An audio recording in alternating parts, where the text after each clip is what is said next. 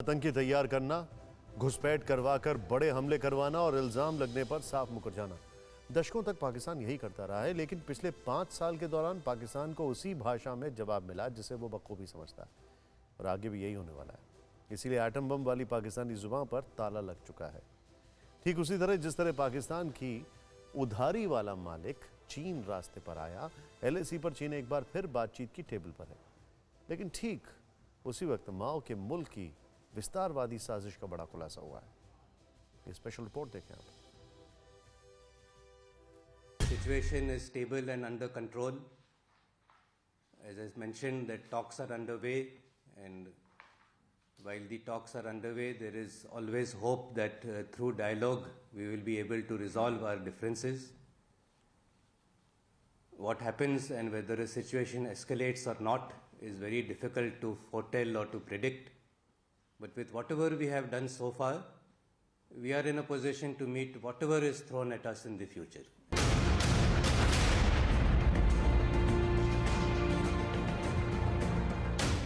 ये चेतावनी जिनपिंग के उन शागिर्दों को जिनका बारूदी तमाशा खत्म नहीं होता। ये क्लियर मैसेज है बीजिंग के उन बेशर्मों को जो बातचीत का ढोंग कर सरहद पर साजिशों का ताना बाना बुनते रहते हैं। War is always, or conflict is always an instrument of last resort. But if resorted to, we will come out victorious.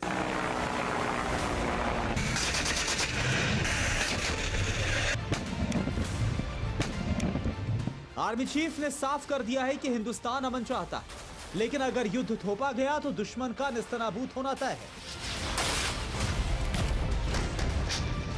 Army chief ने साफ कहा कि चीन के हर साजिश से सख्ती से निपटा जाएगा। खास बात यह है कि आर्मी चीफ का यह बयान ऐसे वक्त में आया है जब LAC पर डिसएंगेजमेंट को लेकर भारत और चीन के बीच 14वें राउंड की बातचीत हुई।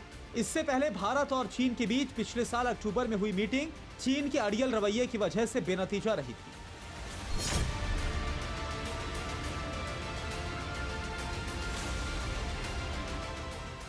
इस बार भी चीन बातचीत की आड़ में साजिश करने से बाज नहीं आया।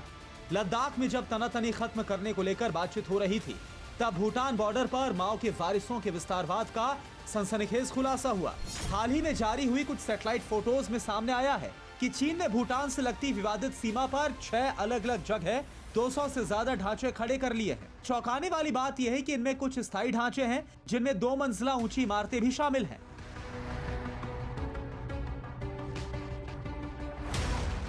बताया गया है कि भूटान के पश्चिमी बॉर्डर पर ज्यादातर निर्माण कार्य 2020 की शुरुआत में ही शुरू हो गया था।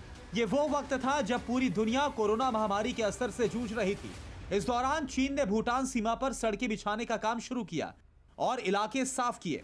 यानी साफ है कि दुनिया में वायरस फैलाकर चीन पड़ोसियों की जमीन पर कब्जा कर रहा था।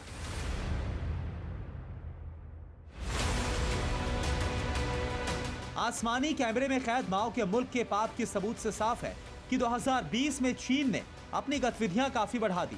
पहले विवादित सीमा पर छोटे ढांचे खड़े किए गए ताकि उनमें जरूरी सामान रखा जा सके, और फिर साल भर के दौरान परमानेंट बिल्डिंग बना दी। चाइनीज वायरस से पहले दुनिया चीन के बारे में कम ही जानती थी, लेकिन 2 साल के दौरान हर शख्स माओ के मुल्क की मक्कारी से वाबस्ता हो चुका है। इसीलिए चीन इतिहास के सबसे बुरे दौर में। परवाह देश की, सोमवार से शुक्रवार रात 10 बजे TV9 भारतवर्ष पर।